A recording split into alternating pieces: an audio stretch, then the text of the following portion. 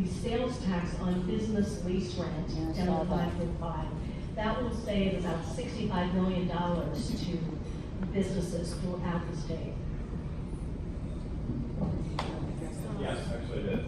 So 7103, specifically on this was actually the number one bill of correspondence that I received in the affirmative. And here's why. On 7103, has a provision in it that allows condominium associations to continue to vote to waive fire sprinkler systems, retrofitting requirements and delays when a local authority may require a condominium association to retrofit fire sprinkler systems. This is 7103. This was literally the number one bill that I received communication on in the affirmative. And I had groups visiting me, I had calls about this right and left to vote positively for this. There's other provisions in here regarding building permit fees and things along those lines. So that is specifically why I voted in the affirmative for this, because that's what we received over and over again in the affirmative. Again, I did that. More of a question for this coming year, in terms of all the success you all had this year, which was amazing what you did for the environment, for water. What we didn't get done this year, and collectively with Senator Mayfield's bill and her bills or whatever, I asked her the question, we had a water policy conference last week in Orlando. And in more of a theory, would you all rather see from us specific bill requests from individual environmental pieces, or do you want us to see what happened this year, like everything went into an omnibus bill, if you will, which probably left itself wide open to be attacked by various people who didn't want components of it. So it didn't make it where it needed to go. So, and maybe not to answer today, but more to think about how do we approach this coming year? Would you rather see us come to you with requests for individual slots, or do you want us to come say, here's a package and all these things in the package we need? Is it better for you that way, or is it better individually, and then really try hard for that last 2 weeks of session to make sure that it doesn't get compressed into a package?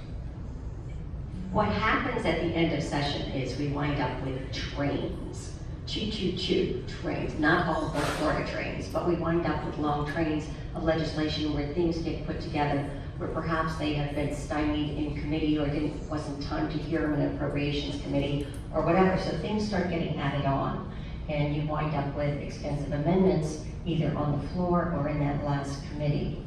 In the Senate, what I prefer is to have standalone bills. And I served in the House for 16 years and have worked at lots and lots of legislation over the years. And I can tell you, for me, if it is a member bill, a standalone bill addressing each specific subject is much better. At some point through the committee process, you wind up having what are called committee bills. And those tend to be much more comprehensive. And at times, what happens is that you have various standalone member bills incorporated into a committee bill, or you get the train effect, where you have various things come together.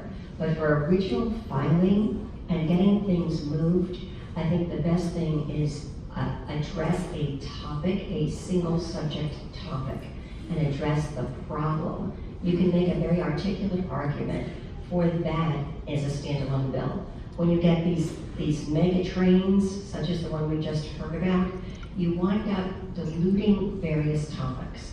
And it becomes very problematic to really sort out what's in the bill and also what's valid and what's the most important thing in the bill. And you wind up having to vote for some things that maybe you would not have voted on a standalone basis. But because of the general nature of the bill, you wind up taking the bad sometimes for the good. Thank you for all that. It's so biosolids means something with the sewer strategy moving forward in the next year. We'll separate them and try to come to you all with separate pieces. If they get merged, fair enough. We actually had a bill this year that combined biosolids, water policies, other things along those lines. It was a pretty comprehensive bill overall. It was brought forward by State Affairs and State Affairs Committee. It was sent over to our friends in the Senate, and they took it all off. And so that's why we didn't move forward with the water bill this year. So I'm not saying it's Gail's fault. Okay. So a lot of other people out there. So everybody in the room knows, David Mayfield, who is working that component on the Senate side, who did a phenomenal job for all of us, I think, for our region and for everyone going through this. And we had Oliver Shine, out of Monroe County, working on her end, you all and others. It was a great effort for this year. We just got to bring it back and figure out how we unwind it, or how we pull it together, whatever you all recommend to us. But that strategy, I think, would be super good to understand. You have a question? Yeah,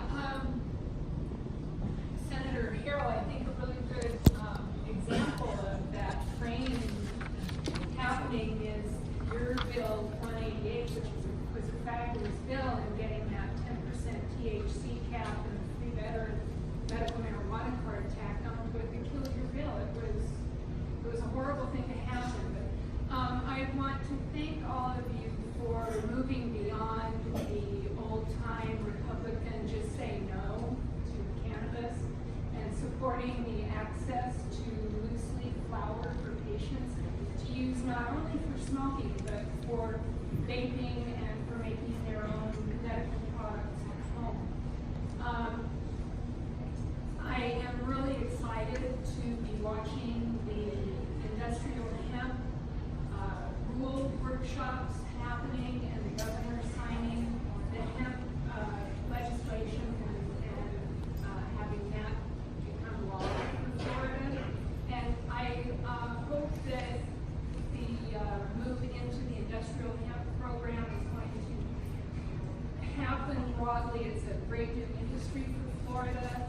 And I would like to hear what you have to say about your visions for as we move forward and get the research from our universities. I believe the hemp bill was just passed. The governor signed it into law most recently for the agricultural industry.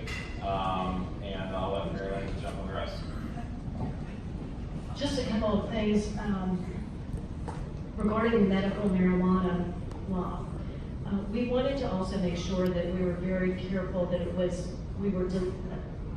a delivery of medicine, and that it was very much prescribed. This is not medical. This is not recreational marijuana. This is there are very many provisions. Additionally, this has got to get some research. You know, I don't know what we're doing, messing around with this anyway. This is a federal issue in that the FDA needs to take a look at it, yes or no. But we will fund that research, and the research that I talked about earlier, to find out if this is truly medicine or not. And there is starting to be research done on how much. Too much is bad, too little doesn't work, I don't know. But it's on the lower end for what it's showing as working. So we're very, very careful about expanding this. And one of the most important things of the bill that did come through, I believe, is really that we do fund that research. And that we're also want to make sure this is used as medicine and holding physicians accountable for the, for actually the orders that they write. You can't write a prescription for medical marijuana because it is forbidden under federal law, under the, so you cannot write a prescription. So when you write that certificate or that order for it, we want to make sure that it's done for the right reasons. And the research has got to happen. And the federal government really needs to step up and really change how they look at this to fund and to allow very significant research. I am delighted that we have put a significant amount of money into that we're actually designating an entity to be the coordinator of that, and that it is going to be looking comprehensively across the state, because we will be getting information back to the state as a result of this legislation that just passed.